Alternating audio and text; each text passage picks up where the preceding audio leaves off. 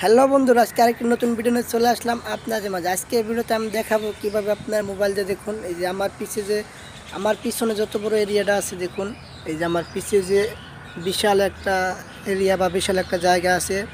তো এটা তো আপনারা চাইলে আপনার ফোন দিয়ে একবারে একটা ছবি উঠে রাখতে পারবেন না। তো এত বড় জায়গা আপনি কীভাবে মানে আপনার মোবাইল দিয়ে ছবি উঠাবেন, আজকে ভিডিওতে আমি তাই দেখাবো। তো চলুন ভিডিওটা শুরু করা যাক। যদি ভিডিওটা ভালো লাগে অবশ্যই লাইক এবং কমেন্ট করে জানিয়ে দিবেন। তো আজকে আমি দেখাবো মানে আপনার এই যে আমার সামনে যে জায়গাটুকু আছে আমি পুরো জায়গার একটা ছবি উঠাবো এই মোবাইলটা দিয়ে। তো চলুন ভিডিওটা শুরু করা যাক। তো এখন আমি চলে যাবো আমার মোবাইলের ক্যামেরা। তো মোবাইলের ক্যামেরা যাওয়ার পর এখান থেকে আপনারা ব্যাক ক্যামেরায় চলে যাবেন। তো তারপর এখান থেকে সাইডে এই মোর অপশনে চলে যাবেন। তো মোর অপশন চলে আসার পর এখান থেকে দেখতে পাবেন PANO, এটার উপর ক্লিক করে দেবেন। এটার উপর ক্লিক করে দেওয়ার পর আপনার মাঝে এরকম একটি অপশন চলে আসবে, ওখান থেকে আপনারা একদিকে ক্লিক করে দেবেন।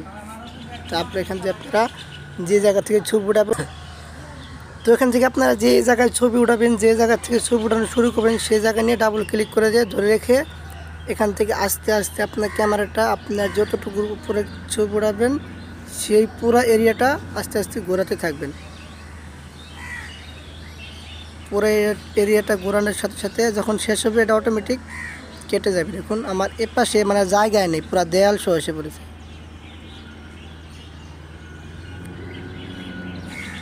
তো তারপর এখান থেকে দেখুন ছবিটা এখন আমি দেখাবো। তো আবার এখান থেকে গ্যালারিতে চলে যাব।